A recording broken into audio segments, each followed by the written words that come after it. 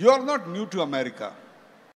तुम्ही काय, तुमचे वडील काय, हे एक प्रकारे भारत आणि अमेरिका मधला एक महत्त्वाचा दुवा आजपर्यंत राहिलेला आहात. कोणकोणते देश तुम्ही फिरलात आणि विशेषतः अमेरिकेमधला जो तुमचा प्रवास होता, दौरा होता, what will you say about it? क्या कहेंगे आप? धन्यवाद उदयजी. सर्वप्रथम मी दक्षिण मुंबई आणि खास करून वरळी मध्ये जमलेल्या माझ्या सर्व शिवसैनिकांना मी वर्धापन दिनाच्या खूप खूप शुभेच्छा देतो. त्याचबरोबर मला शिवसेना महाराष्ट्र आणि देशाची प्रतिनिधित्व करण्याची संधी मिळाली आणि खास करून दक्षिण अमेरिका, सेंट्रल अमेरिका, नॉर्थ अमेरिकामध्ये. त्यासाठी मी आपले यशस्वी पंतप्रधान नरेंद्र मोदीजी यांना खूप खूप धन्यवाद देतो आणि खास करून महाराष्ट्राचे लाडके उपमुख्यमंत्री एकनाथ शिंदेजींना मी खूप खूप धन्यवाद देतो. ह्या प्रश्नाचा अगोदर मला एक पॉइंट इन्क्लूड आणि ॲड करायचं आहे. तुम्ही डॉक्टर श्रीकांतबद्दल, SS आलूवालियाबद्दल विचारलं.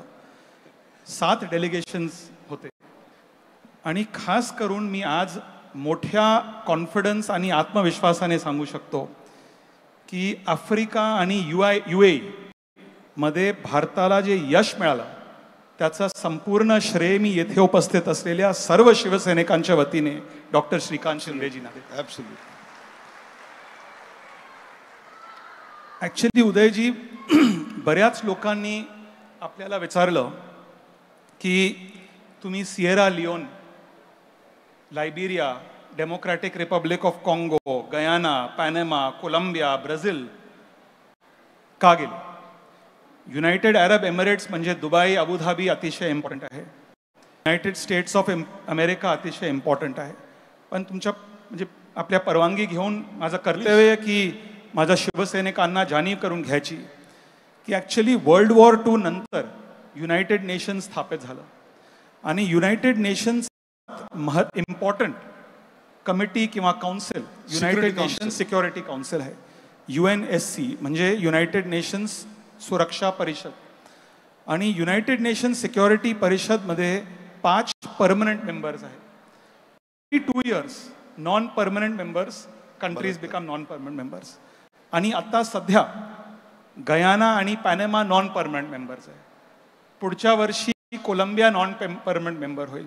म्हणून आपल्या डेलिगेट उद्दिष्ट कोणाची परवानगी घेण्यासाठी नाही, मोदीजींच्या नेतृत्वाखाली भारताचे जे नवीन डॉक्ट्रीन आहे, अँटी टेररिझम डॉक्ट्रीन, की जर दहशतवाद्यांनी, पाकिस्ताननी मुंबईपासून काश्मीरपर्यंत टेररिस्ट अटॅक केले तर भारत पुन्हा एकदा त्यांना धडा शिकवणार आहे. क्या बात आहे. हे भारताचे जे पोझिशन आहे त्यांना पोझिशनबद्दल माहिती देण्यासाठी, परवानगी घेण्यासाठी नाही आपण गेलो. न्यू नॉर्मल सांगण्यासाठी. New normal. एक छोटा प्रश्न नंतर तुमच्याकडे येतो, कारण तुमच्या टीमचं नेतृत्व शशी थरूर करत होते. Shashi Tharoor is a senior diplomat. He was in United nations. He was a minister आणि इतक्या वेळा ते निवडून आलेले आहेत. त्यांच्याबद्दल असं बोललं जातं, विशेषतः त्यांच्या इंग्रजीबद्दल, म्हणून हा आहे. त्यांचं इंग्रजी अमेरिकन लोकांना कळलं का? बघा, मी एक गोष्टी सांगू. ॲक्च्युली मी शशी थरूर सोबत मला काम करण्याची खूप संधी मिळाली होती इन द पास्ट. आणि मला एक राजकीय प्लॅटफॉर्म म्हणून हे मला ॲक्च्युली शशी थरूरना एम्बॅरस नाही करायचं आहे, पण शशी थरूरनी पार्टी सेकंड ठेवलं आणि सर्वप्रथम त्यांनी देश पुढे ठेवला. वा. आणि त्यामुळे मी त्यांना देशाच्या जनतेच्या वतीने त्यांना खूप खूप धन्यवाद देतो. श्रीकांतजी, तुमच्या टीममध्ये विविध विचारसरणीची आणि विविध वयोगटाची लोक होती. त्या सगळ्यांची केमिस्ट्री आणि त्या सगळ्यांची मोड एकत्र बांधणं वॉज अ बिग चॅलेंज. आणि यू वेअर द लीडर. तुमच्यावर जबाबदारी असायची प्रत्येकाला प्रत्येक देशामध्ये इंट्रोड्यूस करायची. काय केलं? बघा, हे जेव्हा डेलिगेशन फॉर्म झालं, जेव्हा नावं ऐकली मी की कोणाचा अनुभव 34 वर्षाचा पार्लमेंटमध्ये, कोणाचा अनुभव राजकारणामध्ये 50 वर्षाचा आहे, कोण जे आहे ते लिगसी घेऊन आलेले आहेत, एक वेगळी पार्श्वभूमी आहे, स्ट्रॉंग पार्श्वभूमी आहे. सस्मित पात्रासारखे राज्यसभेचे 2-2 वेळा BJDचे खासदार राहिलेले आहेत, तेही लीडर राहिलेले तिथे. आणि मला वाटतं माझं जे स्ट्रॉंग पॉईंट होता की मध्ये जेवढे लोक होते ते खूप अनुभवी होते आणि ह्या सगळ्या अनुभवी लोकांमध्ये एका तरुण चेहऱ्याला संधी देणं मला वाटतं मोदीजींनी ज्या प्रकारे वेगवेगळ्या लोकांचं मेंबर्सचं काम असेल त्याच्या अनुषंगाने जे आहे ते त्यांना दिलं आणि मला वाटतं यंगस्टर्सला तरुणांना पुढे आणण्यासाठी मोदीजी ज्या प्रकारे आज हे पण त्यांनी एक मेसेज एक संदेश मला वाटतं देण्याचं काम मोदीजींनी केलंय की बाबा तरुणांनी पण पुढे आलं पाहिजे की त्यांच्या देखील कलागुणांना काही लोकांना माहिती नसतं की पोटेन्शियल किती आहे कधी कधी स्वतःला देखील माहिती नसतं जोपर्यंत आपल्यावरती जबाबदारी येत नाही माझ्यावरती देखील दडपण खूप होतं अगोदर पण नंतर तिथे गेल्यानंतर जेव्हा आम्ही तिकडच्या सगळ्या हेड्स ऑफ द स्टेट्स बरोबर बसलो बोललो मला वाटतं खूप मोठा अनुभव जो आहे हा मला पुढच्या माझ्या पूर्ण कारकिर्दीत मिळाला. हाच एक प्रश्न आहे. अशी एक टीका इथे पेपरमधनं वाचायला मिळाली काही राजकीय नेत्यांनी केली की तुम्हाला तिकडे कोणी साधं भेटायलाही आलं नाही तुमची काही बूज ठेवली गेली नाही तुमचं काही विशेष स्वागत झालं नाही पहिल्यांदा तुम्ही आणि नंतर मिलिंदजी यू कॅन इथे बसून कोणाला ज्या ज्या टीका करायच्या आहेत मला वाटतं त्यांनी टीका केलेल्या आहेत पण जो भारताला संदेश द्यायचा होता 140 कोटी लोकांना जो जगाला संदेश द्यायचा होता संदेश देण्याचं काम जे आहे ते आमच्या सगळ्या डेलिगेशन्सनी केलं आणि माझ्या डेलिगेशननी तर प्रेसिडेंट लायबेरियाचे प्रेसिडेंट आम्ही त्यांना भेटलो व्हाईस प्राईम मिनिस्टर असतील काँगोचे त्यांना भेटलो सगळे स्पीकर्स सगळ्या हाऊसचे त्यांना आम्ही भेटलो सगळे फॉरेन मिनिस्टर्स असतील त्यांना आम्ही भेटलो आणि मला वाटतं 2 त्यांचे जे पार्लमेंट होते सियारा लिओन वेस्ट आफ्रिकामधले आणि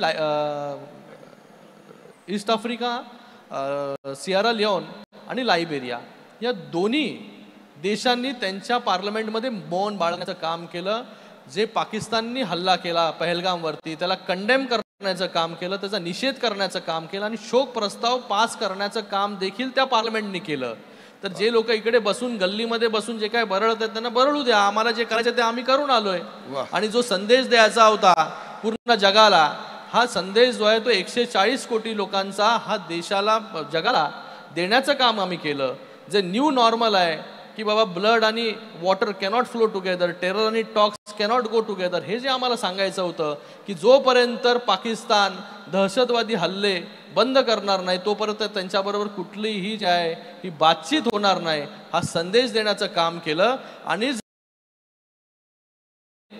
जर केले तर त्याला प्रत्युत्तर म्हणून ऑपरेशन सिंदूर काय आहे हे पूर्ण जगाने देखील पाहिला हा संदेश देखील देण्याचं काम आम्ही लोकांनी केलं आणि मला वाटतं याच्या अगोदरचे देखील उदाहरणं आहेत की जेव्हा हल्ले असे व्हायचे तेव्हा त्याला परतून लावण्याची ताकद जी आहे लोकांमध्ये नव्हती पण जेव्हापासून मोदीजी प्रधानमंत्री झाले तेव्हा उरी असेल बालाकोट असेल पुलवामा असेल प्रत्येकाला प्रत्युत्तर देण्याचं काम जे आहे हे भारताने केलं आणि आता ऑपरेशन सिंदूरच्या माध्यमाने पण चोख उत्तर देण्याचं काम भारताने केलं काय बोलावं हे जर तुम्हाला सांगितलं गेलं होतं का आणि त्याचबरोबर काय बोलू नये हे सांगितलं होतं बघा एवढं मोठं डेलिगेशन आहे एवढी मोठी जबाबदारी आणि ह्या जबाबदारीमध्ये तुम्हाला बाकी देशांपर्यंत जाऊन काय काय बोलायचं त्याचं ब्रीफिंग आम्हाला एकदा झालं आणि दुसऱ्या दिवशी आम्ही वेगवेगळ्या देशांमध्ये गेलो पण आम्हाला असं चौकटीत राहून इथे फुल स्टॉप इथे कॉमा आणि एवढंच बोलायचं तेवढंच बोलायचं असं आपल्या सरकारने केलं नाही आपल्या सरकारने एक ब्रीफिंग केली आणि आपल्या खासदारांना सांगितलं की तुम्ही जे आहे हे तुम्हाला जे वाटतं त्याच्यावरती जे इम्प्रोवाइज करून बोलू शकता ते तुम्ही बोला कारण मला तुम्ही जरी वेगवेगळ्या पार्टीमधले खासदार असाल तरी आम्हाला माहिती आहे की बाहेर गेल्यानंतर तुम्ही सर्वप्रथम भारतीय आहात आणि तुम्ही ते भारताबद्दल बोलाल भारताच्या हिताबद्दल बोलाल हा विश्वास जो आहे हा सरकारने दाखवला आणि म्हणूनच डेलिगेशनमध्ये 3 डेलिगेशन जे आहे हे ऑपोजिशनचे लीडर जसे सांगितलं की शशी थरूर कन्नी मोईजी आणि त्याचबरोबर अजून एक डेलिगेशन सुप्रिया सुळेजी हे लीड करत होते तर हा विश्वास जो आहे मोदीजींनी दाखवला हा विश्वास आपल्या सरकारने दाखवला त्यातच मला वाटतं सगळं काही आलं मिलिंदजी एका पेपरमध्ये टीका झाली आहे की तुम्हाला कोणी भेटलं नाही अमेरिकेमध्ये बघा, मी ओपनली सांगतो की संजय राऊत असो किंवा पाकिस्तानचा आसिम मुनीर असो, कोणी त्यांना सिरियसली घेत नाही. मुंबईपासून वॉशिंग्टन, ॲक्च्युली वरळीपासून वॉशिंग्टनपर्यंत कोणी संजय राऊतना सिरियसली घेत नाही, कोणी आसिम मुनीरना सिरियसली घेत नाही. आणि पाकिस्तान आणि इंडियामध्ये काय कम्पॅरिझन नाही आहे. आपल्या डेलिगेशनला पॅनेमामध्ये हेड ऑफ स्टेटने रिसीव्ह केलं, गयानामध्ये head of state doctor Irfan अलीने रिसीव्ह केलं, वॉशिंग्टन DC मध्ये उपराष्ट्रपती म्हणजे JD व्हॅन्सनी रिसीव्ह केलं. आणि त्यांनी आपल्याला स्पष्ट सांगितलं की Pakistan is a rogue state, Pakistan is a failed state. गव्हर्नमेंटला माहिती आहे, पब्लिकला माहिती आहे की पाकिस्तान इंटरनॅशनल मॉनिटरी फंडचा लोनवर निर्भर आहे आणि भारत जगातील 4th लार्जेस्ट इकॉनॉमी आहे. तर आपल्या सर्वांना याचा अभिमान आहे. आणि म्हणून काय कम्पॅरिझन नाही आहे. We are comparing apples and oranges. आपल्याला खूपच चांगलं रिस्पॉन्स मिळालं, खूपच चांगलं सन्मान मिळालं. आणि ॲज आय सेड अर्लियर की आम्ही लोकांची परवानगी घेण्यासाठी नाही गेलो. आम्ही फक्त आपले जे नवीन डॉक्ट्रीन आहे, डॉक्टर श्रीकांतजी म्हणाले की आपले न्यू नॉर्मल, त्याबद्दल त्यांना माहिती देण्यासाठी आपण गेलो. मला एक प्रश्न तुम्हाला दोघांना आहे, कारण याच्यावर खूप टीका झालेली आहे. आणि ती म्हणजे ही एक राजकीय मौज मजा होती. टॅक्स पेयर्सच्या पैशावर तुम्ही तिकडे मजा करायला गेलेला होता. काँगो सारखा देश आहे, तुमचा दिनक्रम काय असायचा? मला वाटतं भरपूर लोकांना डेमोक्रेटिक रिपब्लिक ऑफ काँगो, लायबेरिया, सिएरा लिओन हे देश माहिती असतील काही लोकांना माहिती नसतील. पण सगळ्या लोकांना माहिती आहे UAE कुठे आहे, सगळ्या लोकांना माहिती आहे US वगैरे कुठे आहे. पण हे वेस्ट आफ्रिका के जे देश आहेत, डेमोक्रेटिक रिपब्लिक ऑफ काँगो, हा काँगो जो देश आहे, या काँगोमध्ये आज देखील गृहयुद्ध चालू आहे, सिव्हिल वॉर आज देखील ते सुरू आहे. आणि आम्ही जेव्हा काँगोला पोचलो तेव्हा ॲम्बॅसेडरनी सर्वात पहिली माहिती जी मला दिली की 2 आठवडे अगोदर एका उद्योगपतीला तिथे गोळ्या झाडून मारण्यात आलं आणि एक जण जो आहे तो ICU मध्ये होता. डेमोक्रेटिक रिपब्लिक मध्ये जे गृहयुद्ध चालू आहे तिथे येल्लो फीवर देखील मोठ्या प्रमाणामध्ये जो आहे हा तिकडे पसरतो. पुढे तुम्ही गेलात सिएरा लिओनला तर तिथे मंकी पॉक्स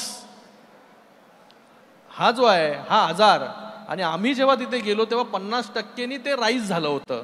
त्याचबरोबर मलेरिया त्याचं राईज जे आहे 50% 50% जास्त झालं होतं.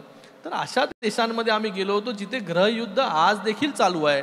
आणि ज्यांना की बाबा तिकडे मौजमध्ये गेलो होतो, तर मला वाटतं आता तुमच्या माध्यमाने त्यांना सांगतो, उद्याच तिकीट काढून देतो.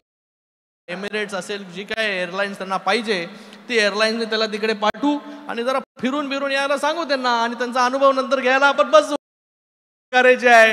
हे बघा, तिथे विदाऊट सेक्युरिटी बाहेर फिरू पण शकतो. तिथे ज्या प्रकारे गृहयुद्ध इतके वर्ष सुरू आहे. सिएरा लिओन तर आत्ता बाहेर आलं, पण तिथे देखील पॉवर्टी आहे, तिथे देखील क्राईम रेट जो आहे, क्राईम्स आहे तिथे. तर अशा परिस्थितीमध्ये जिथे तुम्हाला संधी दिली नाही तुमच्या लायकीच्या हिशोबाने, म्हणून दुसऱ्यावरती शिंतोडे तुम्हाला सगळ्यांच्या माहिती करता सांगतो की काँगो या देशाची निवड का करण्यात आली. तर जे मध्य आशिया खंडातले टेररिस्ट होते, आता त्यांचा जो टेरर कॅम्प आहे तो सगळा टेरर कॅम्प हलवून आता काँगोला नेत आहेत. आणि म्हणून काँगोबरोबर आपले संबंध अत्यंत चांगले असणं आवश्यक आहे. मिलिंदजी, असा कुठला अनुभव आला का की आधी त्या देशांनी पाकिस्तानच्या बाजूनी भूमिका घेतली? इकडे पोचायला पण तुम्हाला इथे पोचायला पण म्हणजे आमचा दौरा जो होता हा 2-2 दिवस प्रत्येक देशांमध्ये होता. पण आम्ही जो दौरा केला तो 15 दिवसाचा केला. 8 दिवस जो आहे तो तिकडे दौरा होता, बाकी 7 दिवस जे आहे प्रवासामध्ये जायचे. एवढं दूर जे आहेत हे सगळे देश आहेत आणि त्याच्यामध्ये देखील अशी परिस्थिती. तर आपण जे कोणा तुम्हाला सांगत असेल किंवा कोणी सांगत त्यांना आपण सगळ्यांना तिकीट सगळं करून देऊन टाकू. तिकडे हॉटेल पण कशा प्रकारे जे काय आम्ही राहिलो ते देतो त्यांना आणि त्यांना जाऊन येऊ द्या तिकडे जरा.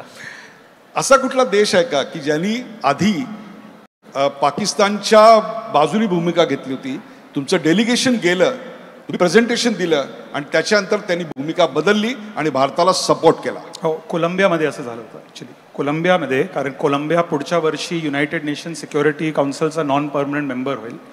आणि आम्ही जेव्हा हम जब कोलंबिया में पहुंचे थे, हमारे अम्बेसडर बताया कि कोलंबिया की फॉरेन मिनिस्ट्री ने भारत के खिलाफ एक स्टेटमेंट दिया, पाकिस्तान के पक्ष में स्टेटमेंट दिया। और उस समय डॉक्टर शशि थरूर, मैं, दोनों जन सब मिलके हमने तय किया, एक स्ट्रैटेजी बनाया कि जल्द से जल्द, हमारे पास 2 ही दिन हैं, 2 दिनों के अंदर हमें कोलंबिया की जो औपचारिक स्टैंड है, उसको जो राय है उसको हमें बदलना। एंड एक औपचारिक चैनल से हमने करवाया। दूसरी एक चैनल जो मैं कह सकता हूँ कि हमारे एक पुराने मित्र है जो कोलंबिया के एक सांसद है, खासदार है वहाँ के, उनके पिताजी कोलंबिया के सबसे बड़े राजनीतिक दल के अध्यक्ष हैं और पूर्व राष्ट्रपति है कोलंबिया के। एक्चुअली पाब्लो एस्कोबार जो कोलंबिया के ड्रग लॉर्ड हुआ करते थे, उनको उनकी पिताजी ने मारा था। तो विपक्ष के नेता होने के नाते हमने उनसे निवेदन किया कि क्या आप भारत के पक्ष में एक स्टेटमेंट दोगे। उन्होंने जिस दिन स्टेटमेंट दिया उसके तुरंत बाद फॉरेन मंत्रालय ने अपनी स्टेटमेंट चेंज किया, पुरानी स्टेटमेंट को विड्रॉ करके भारत के प्रति स्टेटमेंट दिया।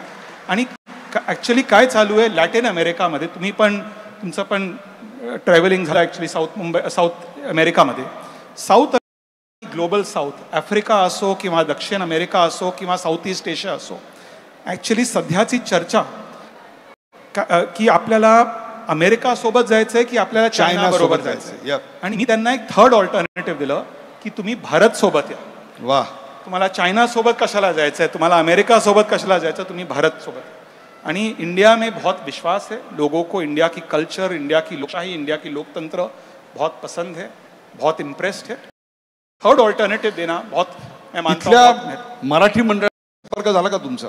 ॲक्च्युली वॉशिंग्टन DC मध्ये एक मराठी, खूप मोठे मराठी पॉप्युलेशन आहे आणि वॉशिंग्टन DC अमेरिकाचे राजधानी आहे आणि तिकडे मराठी मंडळची माझी भेट झाली आणि मंडळाची अध्यक्षनी मला सांगितलं, शिंदे साहेब खास करून त्यांनी मला सांगितलं की शिंदे साहेबांना कृपया धन्यवाद सांगा की शिंदे साहेबांच्या नेतृत्वाखाली महाराष्ट्र मराठी अस्मिताचं नाव पूर्ण जगात आता आणखी मजबूत झालं। आणि मी आज कॉन्फिडेंटली सांगू शकतो की मोदीजींच्या नेतृत्वाखाली जगभरात India's image has change very positively. आणि शिंदेजी जेव्हा मुख्यमंत्री होते, अभिजात भाषेचा दर्जा महाराष्ट्राला मिळाला, शिंदेजींच्या नेतृत्वाखाली कॉन्फिडेंटली आज ह्या स्टेजवरून मी सांगू इच्छितो की Maharashtra's image as a destination for infrastructure, for economic growth has improved all over the world. ह्याला जोडतो मी, जसं तुम्ही सांगितलं की कोलंबियाचं मतपरिवर्तन झालं, हा, तुमच्या ह्याच्यात काही झालं तसंच का? काही देशांनी साधं पत्र देखील लिहिलं नव्हतं किंवा देखील केला नव्हता। त्याच्यामध्ये DR काँगो आणि लायबेरिया होतं। आम्ही जेव्हा गेलो तिथे तर लायबेरियामध्ये चक्क मौन पाळण्यात आलं, जो पाकिस्तानने हल्ला केला त्याचा निषेध करण्यात आला आणि लायबेरियाच्या सिनेटमध्ये भारतातील एका खासदाराला भाषण करण्याची संधी देखील लायबेरियाने दिली। मला वाटतं ही खूप मोठी गोष्ट आहे की जिथे फक्त हेड ऑफ द स्टेट भाषण करतात तिकडे त्यांनी एवढा चांगला भारताचं स्वागत केलं आणि रिस्पॉन्ड पॉझिटिव्हली केलं। हा जो दौरा होता, हा दौरा काय मौज मजा करायला वगैरे नव्हता। हा दौरा ज्याला कळत नाही, गल्लीपर्यंत त्यांची बुद्धी चालते, त्यांना दिल्लीत आणि इंटरनॅशनली काय होतं ते कसं कळणार? कोणाबद्दल म्हणताय आपण? आता सांगितलं यांनी तुम्हाला, आसिम मुनीर महाराष्ट्राचे आसिम मुनीर। माझं म्हणणं आहे की लोकांना हे देखील कळलं पाहिजे की आपण या देशांमध्ये का गेलो होतो, वेस्ट आफ्रिकाच्या एवढ्या गरीब देशांमध्ये का गेलो होतो, किंवा UAEला का गेलो होतो, किंवा सियरा लिओनला का गेलो होतो। मला वाटतं हे लोकांना कळलं पाहिजे की ह्याच्यातले जे चार देशांमध्ये देश आहेत हे इस्लामिक राष्ट्र आहेत, एक UAE आणि एक सियरा लिओन। सियरा लिओनमध्ये 83% मुस्लिम लोक राहतात, UAE मध्ये देखील मुस्लिम राष्ट्र आहे पण त्याच्यामध्ये 40% आपले आता भारतीय राहतात, तो देखील आपल्यासाठी एक अभिमानाची गोष्ट आहे। हे मुस्लिम राष्ट्रांमध्ये का? कारण की हे जे राष्ट्र आहेत हे OIC ग्रुपचे मेंबर आहेत, ऑर्गनायझेशन्स ऑफ इस्लामिक कोऑपरेशन, म्हणजे धर्माच्या आधारावरती बनलेली ही युती जी आहे, म्हणजे हे अलायन्स, म्हणजे त्यांची जो ग्रुप आहे हा धर्माच्या आधारावरती बनलेला आहे म्हणून। आणि त्याचा भाग एक पाकिस्तान पण आहे या ग्रुपमध्ये। आणि नेहमी पाकिस्तान जेव्हा अशा सगळ्या गोष्टी करायचा तेव्हा धर्माच्या नावाखाली या सगळ्या लोकांच्या, या सगळ्या देशांच्या मागे, OICच्या मागे जाऊन लपायचा। मला वाटतं ह्या सगळ्या लोकांना, सगळ्या देशांना देखील कळलं पाहिजे की पाकिस्तान कशा प्रकारे आतंकवादी गतिविधी आणि हल्ले हे भारतावरती करत आला. म्हणून या देशांपर्यंत आम्ही गेलो, जेणेकरून भविष्यामध्ये हे OIC नेशन जे आहे पाकिस्तान बरोबर उभे राहणार नाही, त्याच्यासाठी आपण हे केलं. पण हे सगळं होत असताना, तुम्ही इतके देश फिरत असताना, जागतिक बँकेनी, IMFनी पाकिस्तानला जी आर्थिक मदत पाहिजे होती $1 बिलियन ती मदत तर त्यांनी देऊ केली. म्हणजेच एक प्रकारे त्यांनी टेररला फंडिंग केलं. मग तुमचा दौऱ्याचा नेमका परिणाम काय म्हणायचा? बघा, हेच तर आम्ही सांगायला गेलो होतो की ज्या प्रकारे तुम्ही जे एड देताय, आणि काय झालंय, जिथे पाकिस्तान, आसिफ मुनीर सारखे लोक तिथे आहेत, पण तिथे पाकिस्तानची जनता पण आहे. पाकिस्तानला आपल्यासारखं थोडी पाकिस्ताननी प्रगती केली आहे. 1947 पासून पाकिस्तान आणि भारताचं जर कंपॅरिझन तुम्ही केलं तर आज भारत 4थी मोठी अर्थव्यवस्था झाला आणि पाकिस्तानच्या परिस्थितीमध्ये आहे. तर त्याला जे आहे हे त्याला जगायचं आहे. आणि मला वाटतं ह्या सगळ्या गोष्टींमधून जेव्हा आज आम्ही हे सगळ्या म्हणजे पूर्ण जगापर्यंत गेलो, तिथे सेन्सिटाईज करण्याचं काम केलं, तेव्हा FATF सारखी संस्था जी ग्रे लिस्टमध्ये पाकिस्तानला याच्या अगोदर टाकलं होतं, त्यांनी देखील परवा एक स्टेटमेंट काढलं आणि त्यांनी जो पहलगामवरती हल्ला झाला त्या पहलगामच्या हल्ल्याचा निषेध करण्यात केलं. हे या डेलिगेशननी मिळवलं आणि भविष्यामध्ये पाकिस्तानला पुन्हा FATF मध्ये टाकण्याचं काम, मला वाटतं ग्रे लिस्टमध्ये टाकण्याचं काम FATF करेल. हे जो दौरा होता, हे दौरा हा मोटिव्ह त्या दौऱ्याचा. शेवटचे 2-3 प्रश्न आहेत. या सगळ्या दौऱ्यामध्ये पाकिस्तान एक न्यूक्लिअर वेपन स्टेट आहे, त्यांच्याकडे स्वतःचं न्यूक आहे. याची भीती सतत पाकिस्तान आपल्याला घालत असतं. याच्यावर काही प्रतिक्रिया इस्लामिक राष्ट्रात व्यक्त झालं का? याचं कारण ते इस्लाम टेररचं सेंटर बनतंय, आपण सगळ्या इस्लामिक राष्ट्रांचा आभार आहे, अशा प्रकारची एक पॉलिटिकल रचना पाकिस्तान करतंय, म्हणून हा प्रश्न. बघा, आम्ही जेव्हा गेलो UAE मध्ये तर जे शेख अल नयान होते, जे टॉलरन्स मिनिस्टर आहे, त्यांनी एक वाक्य वापरलं की पाकिस्तान रिलिजनला हायजॅक करून टेररिझम पसरवतंय, ते कदापि जे आहे सहन करणार नाही. मला वाटतं हे खूप मोठी गोष्ट आहे की जिथे इस्लामिक राष्ट्र UAE असून सुद्धा पाकिस्तानबद्दलचे खडे बोल सोडवण्याचं काम त्यांनी आपल्या या बैठकीमध्ये केलं. मला वाटतं जो मोटिव्ह आमचा होता की अशा सगळ्या इस्लामिक राष्ट्रांना जाऊन सांगणं की तुमच्या पाठीमागे येऊन जो म्हणजे शील्ड घेऊन जो राष्ट्र लपतं, त्याला आधार देण्याचं काम जे आहे ते तुम्ही करू नका, म्हणून हा दौरा त्या ठिकाणी होता. एक वैयक्तिक प्रश्न आहे मिलिंदजी, तुमच्या कुटुंबाचे आणि केनेडी परिवाराचे, जे अमेरिकेचे राष्ट्राध्यक्ष होते, त्यांचे अतिशय जवळचे संबंध होते, त्याचा काही फायदा ट्रॅक टू डिप्लोमसीमुळे झाला आता? रॉबर्ट कैनेडी एक्चुअली जो जॉन F कैनेडी के भाई थे, दोनों की उनकी हत्या हुई थी, असैसिनेशन हुई थी. और मेरे स्वर्गीय पिताजी एक्चुअली 1968 में वाघ स्कल्प्टर्स, मरीन ड्राइव के एक वाघ स्कल्प्टर्स है, वहाँ से उन्होंने रॉबर्ट कैनेडी का एक पुतला बना के उनको पेश किया था. और उस समय से उनके परिवार के साथ हमारे संबंध है. आज वर्तमान में रॉबर्ट F कैनेडी जूनियर, उनके जो सुपुत्र है, वे अमेरिका के हेल्थ मंत्री हैं. और उनसे भी हमारी मीटिंग हुई थी, मैंने उनको भी हमारी पोजीशन के बारे में समझाया. लेकिन मैं एक बात कह सकता हूं कि पूरी अमेरिका में इंस्टीट्यूशनल लेवल पे बहुत भारत और अमेरिका के बीच में बहुत अच्छे संबंध आहे, खूप जवळचे नाते आहे, संबंध आहे. आणि इंस्टीट्यूशन ओवर इंडिविजुअल, म्हणजे चाहे कोई भी सत्ते में हो भारत में, अमेरिका में चाहे कोई भी पार्टी सत्ते में, भारत और अमेरिका के बीच आज एक रणनीतिक पार्टनरशिप के रूप में हम साथ में मिलकर काम करें. गुड. और आणि मी एक राजकीय गोष्टी सांगू इच्छितो की हेच मंत्र ॲक्च्युली शिंदे साहेबांनी शिवसेनेकांना दिला की पार्टी फर्स्ट सेल्फ लास्ट, आधी पार्टी शेवटी स्वतः. आणि म्हणूनच आज उभाटा अडचणीत आहे. श्रीकांत शिंदे, एक दोन शेवटचे फक्त प्रश्न. आत्तापर्यंत अशी बाजू मांडल्याला नेहमी करिअर डिप्लोमॅट, अँबॅसेडर्स जायचे, IFS लोक जायची, करिअर पॉलिटिशियन्स गेलेले आहेत. Is this experiment successful?